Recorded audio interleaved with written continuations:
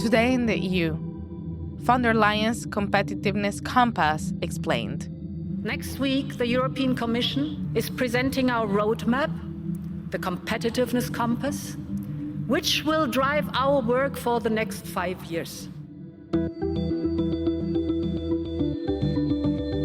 The European Commission unveils today yet another report on its economic strategy, but this time it's the North Star of them all, the Competitiveness Roadmap. So what are its most salient points, and how will companies and unions welcome it? Hello and welcome. I'm your host, Giada Santana, and this is Today in the EU.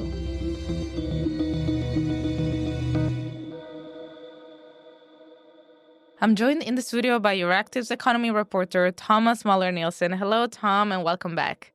Thank you very much for having me. So today we'll finally get to have a look at the long-awaited Competitiveness Compass in its final form. It comes 4 months after the Letta and Draghi report. What's the economic context that warranted this roadmap in the first place? First of all, we should take a brief step back. So there are two things that are worth keeping in mind in the background of this report. So the first is obviously the fact that Europe's economy is not doing well. There's weak domestic demand, weak external demand. There are high energy prices. Europe's economy is set to grow much less than the United States and China over the coming years. Number two is the fact that we have this new commission, which begun work in early December. And this document, this Competitiveness Compass, Ursula von der Leyen, the Commission president, has described it as the North Star of the new Commission. Right. I should say, without wanting to toot, well, it's not really tooting my own horn, but another one of our reporters here, so Nicoletta Ionta, one of my colleagues here, got the document, I think, before anyone really in the Brussels bubble. And so we were able to publish it, I think, before anyone else in the English-speaking press, but I'm not 100% certain. Yeah, yes, congrats. definitely before anyone else in the English-speaking press, but it was because of Nicoletta, not because of me. Yes, indeed. We had a leak on Friday. So we've had a few days actually to go through the document and analyze it fully. Is it how we expected it to be? What are the key points? I would say it's broadly as we expected it to be. I would say there are two key kind of themes in the document. The first is, crudely put, deregulate. Yeah. There are many euphemisms that are often used here. So sometimes, it's cutting companies' regulatory burden, cutting companies' administrative burden, cutting their bureaucratic burden, simplification, whatever you want to call it, deregulate. Focus will be increase productivity by closing the innovation gap, a joint plan for decarbonization and competitiveness, overcome skills and labor shortages, and cut red tape. And I'm interested in talking more about the consequences that could come out of this so-called simplification. Could it happen at the expense of due diligence and transparency registers? One thing that the Competitiveness Compass talks about is this new omnibus package. And they do mention that one thing that they will be looking at would be, due diligence and sustainable finance reporting and things like that. So this omnibus package, which will be a kind of meta package, we've spoken about it on the podcast before, but the idea is it'll sort of cut regulations in various different areas. So there's a chance that workers end up bearing the brunt of this. It could. I mean, one thing that's also worth noting is the unions are quite concerned. They've actually written a letter to the Commission saying we're very concerned that not just the omnibus package, but also this 28th regime that is another one of the legislative proposals in the Competitiveness Compass, which was originally proposed by Enrico Letta in his report on the single market last year. Von der Leyen also mentioned it at Davos. It would mean a specific set of rules that apply to all companies in the European Union, no matter the country, right? Yeah, so I think workers are quite concerned that this 28th regime will basically come at the expense of workers' rights. But again, we haven't seen the omnibus package yet, and we haven't seen exactly what form this 28th regime is going to take. But again, broadly speaking, there is this big emphasis on cutting companies' administrative burden, regulatory burden, whatever you want to call it. It also, the Compass reiterates the commitment to cutting businesses' reporting requirements by 25% and 35% for SMEs, which is another one of sort of Ursula von der Leyen's flagship initiatives. And the second aspect of this compass is unification. What will that look like? Again, they're talking about unification in various areas. So one interesting aspect of it is what it says about capital markets integration. So the Commission doubles down on centralized supervision, which is quite a controversial part of capital markets integration. The long and short of it is member states are worried that if you have this kind of unified financial supervisor who oversees capital markets throughout the EU, it'll provide a pretext for France, where ESMA, the financial markets watchdog, is based in Paris. And member states are very concerned that this will they'll be ceding sovereignty, so to speak, to France. And France will have a kind of unfair oversight over their own financial markets and capital markets. And so that's one thing that the report kind of doubles down on. It also talks about the need for harmonized insolvency laws. What does that mean? Well, again, this is a little bit technical, I suppose, but the idea basically is that if you're an investor and you're thinking to invest in another, you're in one member state, you want to invest in another member state, it's helpful to know that what would happen if your company goes bankrupt would be the same across member states, that you wouldn't have to deal with, different bureaucracies and different legal situations and so on and so forth. There are many reasons why this push to harmonize insolvency law hasn't really happened. One reason that people often say is sort of bureaucratic inertia. Sort of member states have their own way of doing things. Another reason is the fact that lawyers in each member state have an interest in keeping things as they are.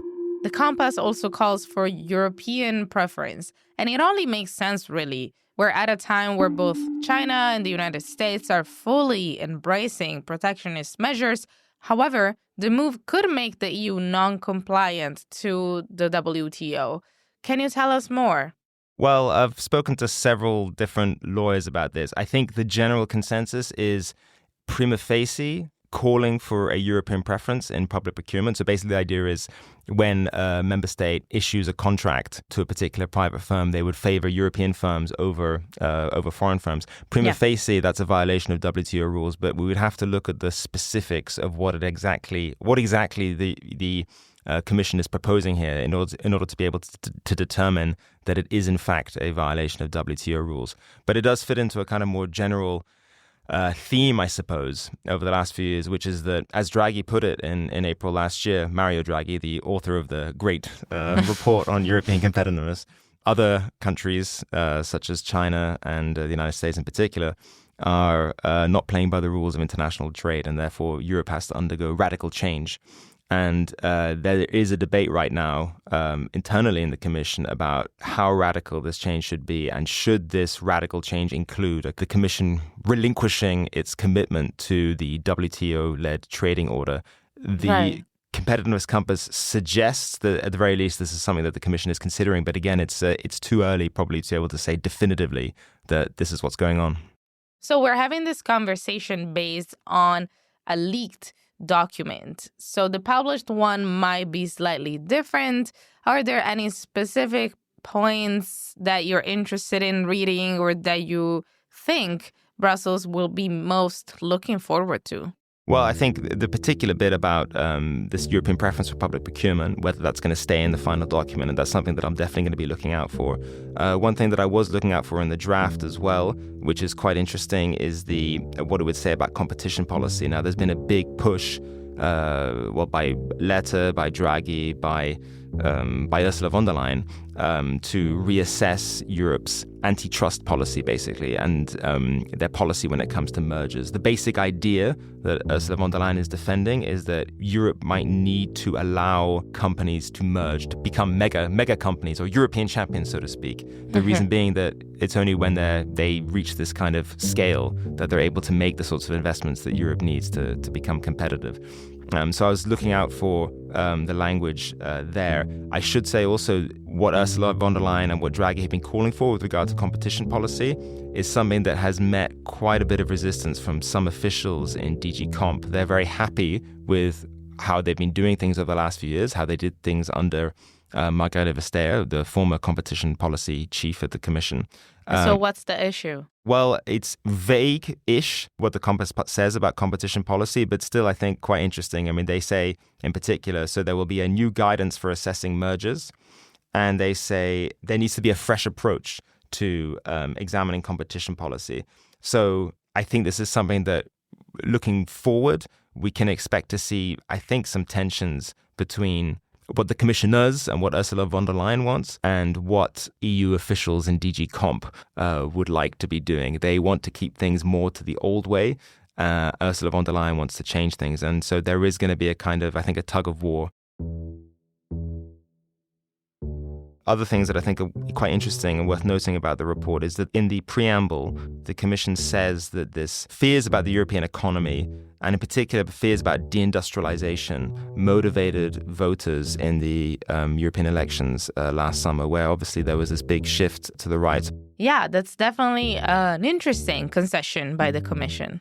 The other thing it notes, which is related to this, is this commitment to kind of preserve Europe's industrial base. Now, this is something that Draghi also talks about. What does that even mean, preserving our industrial base? Well, to make sure that companies don't go abroad, that companies are not tempted to shift production to the United States and to China to take advantage of higher energy prices or to take advantage of subsidies or, lower wages, certainly in China's case.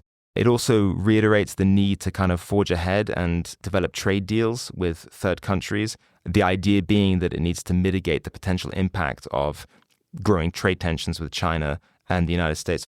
Now, what reactions are you expecting to the Compass? Have you been talking to people in the industry already? Well, so I think definitely businesses will be very happy with it. I mean, they've been calling for a long time for the need to cut companies' regulatory burden. They say this is holding back Europe's competitiveness. So I think they'll be very gratified. I mean, the Compass mentions twice the need to go on an unprecedented simplification drive. So I think that's something that they'll be very happy with. Unions are not happy with it for the reasons I already mentioned. They think that this call to cut regulations could include restrictions on labor rights and workers' rights. Then again, the Compass does say that it's very important that, quality jobs are offered, and it does reiterate the importance of maintaining Europe's social model, which is something that Enrico Letta and Mario Draghi have also mentioned. Interesting. And so what are the next steps ahead? When will we finally see some policy? Yeah, this also relates to a kind of broader theme, which is that there have been a lot of reports over the last year. So obviously we had the Letta report on the single market in April. We had the Neuer report on the Capital Markets Union. We had the Draghi report on competitiveness. We had the Budapest Declaration in November. And now we have the Competitiveness Compass. And then after this, so next month, there's going to be this Clean Industrial Deal. Yeah. So a lot of initiatives, a lot of documents. And I think there is this feeling that rather than publishing all these documents and having all these press conferences announcing them, that perhaps the Commission should get down and do some real kind of practical work. And does this practice have to do with the way the Commission is organized as well? This kind of dynamic, you might say, is sort of exacerbated by the structure of the Commission. Mm-hmm. So it's all, it's often described as a matrix, with overlapping responsibility among all the different commissioners, which means that Ursula von der Leyen is kind of the ultimate arbiter, so all the initiatives really have to come from her. And she seems to be someone who quite likes having reports. Having said that, I guess in von der Leyen's defense, she would say, look, it's not my fault that the Commission has effectively been inactive for the last 6 months or so. You have the EU elections, then you have to appoint a new commission, and this just takes time. Yeah, it's been a long process. Yeah. Moreover, the Letta report is 150 pages long. The Draghi report is, 400 pages long. It's nice to condense this into a document, a kind of 20-page-ish document that we can use and kind of refer back to. It can be our kind of, our Bible over the next 5 years. So I think that's probably what she would say. She says, look, before we move ahead with specific policy proposals. There have been a lot of initiatives over the last few months, and the Commission has been inactive. But before we get things going, it's good to kind of reorient ourselves and have a kind of something that we can, again, refer back to going forward. And her bet is that the time taken to produce this document and also produce the Clean Industrial Deal ultimately will be beneficial for the European economy. Ultimately, we're going to have to see whether her gamble proved to be a good one. Oh, and you can bet we'll be here reporting on it along the way. Thank you, Tom. Thank you very much. This was Euractiv's podcast, Today in the EU. Sound design by Miriam Sáenz de Tejada, research and production by Charles Cohen. Visit Euractiv to stay on top of the latest news and sign up for our newsletters. You can find us on Spotify, Apple Podcasts, and your favorite streaming platforms. Don't forget to subscribe and give us a review. It will really help us spread the word about our work. See you tomorrow. As part of our commitment to accuracy, inclusion, and transparency, Euractiv is part of the Trust Project.